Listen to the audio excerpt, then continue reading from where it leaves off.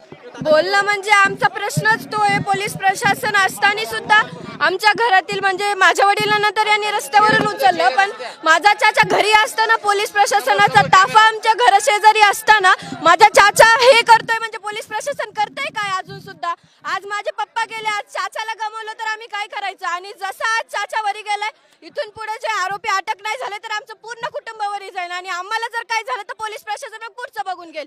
जोपर्यंत आज आम्ही आहेत तर पोलीस प्रशासन एक आमचा माणूस गेलाय तर आरोपींना पकडत नाहीये, मग ज्यावेळेस कुटुंबातील सगळे जातील त्यावेळेस यांचे डोळे उघडतील आणि ते आरोपींना पकडतील।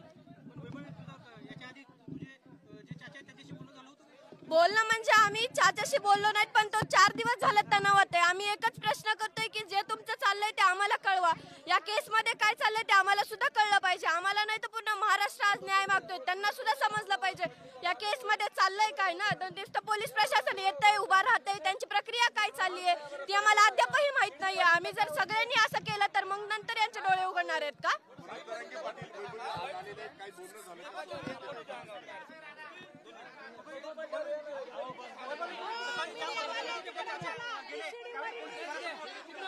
पोलीस काल रात्रीपासून पोलीस आहे।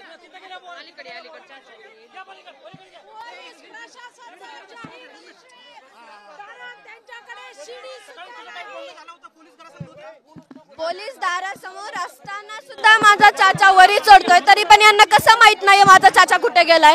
आज जर मी मगाशी म्हणलं पप्पाला यांनी रस्त्यावरून उचललं, माझा चाचा जर आता तो इथं आलाय, जर याला सुद्धा किडनॅप जर याचं झालं असतं, काही पुढचं झालं असतं तर पोलीस प्रशासन दारात असून त्याचा उपयोग काय आहे पोलिसांचा? आम्हाला ते काही सुद्धा करत नाहीत, नुसतं दाराशेजारी उभारतात, इकडे जातात तिकडे जातात। मग यांनी शोध कधी लावणार आहेत? एक आरोपी आणखीनही फरारच आहे, सीडीआर नुसार निघणारे तर आणखीन बाहेरच आहेत, त्यांचं तर वेगळंच राहिलं। ते अटक कधी होणार? आम्हाला न्याय कधी मिळणार ना? आम्ही फक्त एकच मागतोय आणि तेही आजपर्यंत शांततेत मागत होतो की आम्हाला न्याय हवाय, आम्हाला न्याय द्या, तरी न्यायही भेटत नाही। तर ज्यावेळेस कुटुंबातील एक ना एक सदस्य असं करेल त्यावेळेस तुम्ही आम्हाला न्याय देणार आहात का? वैभवी प्रचंड संतापात आहेत। महिलांनी पोलिसांच्या एसपीच्या अंगावर बांगड्या फेकल्यात, संताप सुटत चाललेला का? संताप म्हणजे असं म्हणायला हे भावना आहेत जनतेच्या की आम्हाला न्याय का मिळत नाही, आम्ही न्याय मागतोय, आम्हाला न्याय मिळत नाहीये। आणि मग यांचं आता ते बांगड्याचं वगैरे मला याच्यातलं काय माहित नाही, पण बायकांची भूमिका आहे की आता जर ते काहीच करू शकत नाहीत तर त्यांनी सुद्धा बांगड्या भरायला पाहिजेत ना, असं त्यांना वाटतं।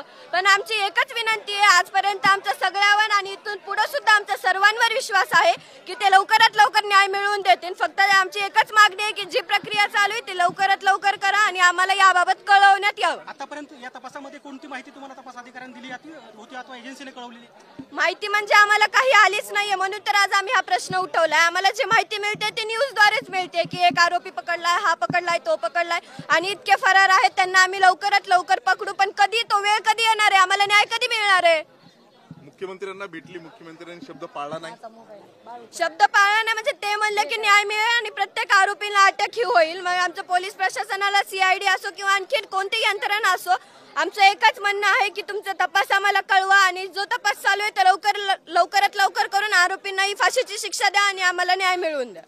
खरं तर वैभवी तुझी एक आम्ही भूमिका बघितली होती, ज्यावेळी व्यासपीठावर उभं टाकल्यानंतर जे कृत्य तुमच्यासोबत घडलं ते इतरांसोबत कुणाबाबतीत घडू नये असं आवाहन तुम्ही केलं होतं, मात्र आज आक्रमक भूमिका घेताना पाहायला मिळते। आज वेळ आली ना ती आक्रमक भूमिका घ्यायची। आजपर्यंत आम्ही म्हणत होतो की जे माझ्या वडिलांसोबत घडले, जे आमच्या कुटुंबावर वेळ आली ते इतर कुटुंबावर कोणावर येऊ नये। कारण की जर आज एक कुटुंब आज कुटुंबातील एक सदस्य गेलाय, बाकीच्यांनी न्याय मिळावा म्हणून असं करायचं तर प्रत्येक त्यांनी दुसऱ्यांना मारलं तर दुसऱ्याच्या कुटुंबाने तेच करायचं। लोकसंख्या कमी होणार नाही तर काय होणार आहे? महाराष्ट्र आपल्याला पुढे न्यायचं, मागे नाही आणायचा। मनोज जरांगे पाटील यांच्याशी काय चर्चा झाली? नाही, ते डायरेक्ट इथं चालते, ते घरी नाहीत आले आणखी। पण काय आव्हान आहे यानंतर सुद्धा? अद्याप आता 1.5-2 तासाचा अवधी झालाय, अद्याप धनंजय देशमुख हे खाली आलेले नाहीये। आव्हान आमचं तेच आहे, आम्हाला न्याय मिळत नाही, मग आम्ही तरी जगून काय करायचंय ना? आज गेलंय आमच्या घरातलं एक सदस्य, त्याचं दुःख करायचं का न्याय मागण्यासाठी रस्त्यावर यायचं? पण मागतोय, शांततेत करतोय ना सगळं, तरी पण न्याय का मिळत नाही आम्हाला? किती दिवस? आज 35 दिवस होऊन गेलेत ना। आपण बघतोय की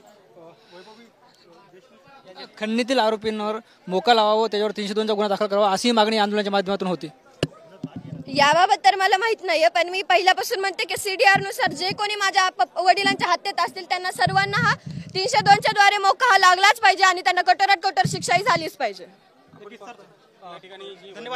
उद्या जे आहे ते ग्रामस्थ आंदोलन करणार आहेत. आत्मदहन आंदोलन उद्या ग्रामस्थ करणार आहेत. धरणी केल्यानंतर आता धनंजयजी उतरतायत खाली, आम्ही तुला काय आवाहन करशील?